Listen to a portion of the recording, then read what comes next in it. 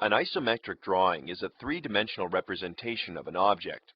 Edges, which are upright, are shown as vertical lines, and the depth axes of the object are drawn at 30-degree angles to the left and right. If we rotate this object so that the depth axis is drawn at a 45-degree angle, we are left with an oblique drawing, known as Cavalier. When an object is drawn in Cavalier, an illusion is created that the depth of the object appears longer than it should.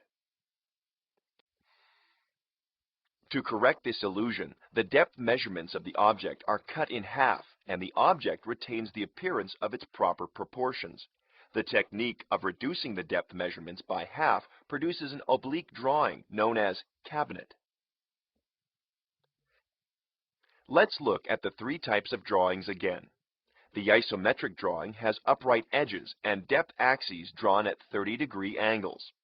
Cavalier oblique drawings have upright edges and a depth axis of 45 degrees.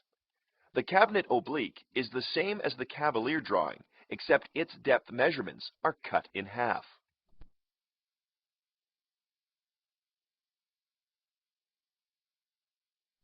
Perspective drawings are three-dimensional representations of an object as it appears to the human eye.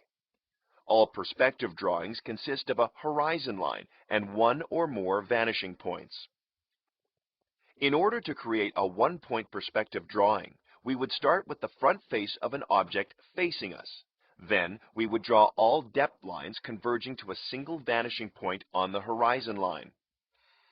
If we move the vanishing point along the horizon line, the sides created by the depth lines vary in dimension.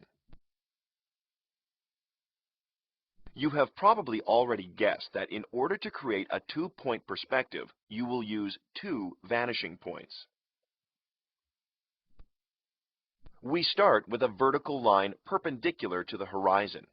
Then, we place a left and right vanishing point along the horizon line.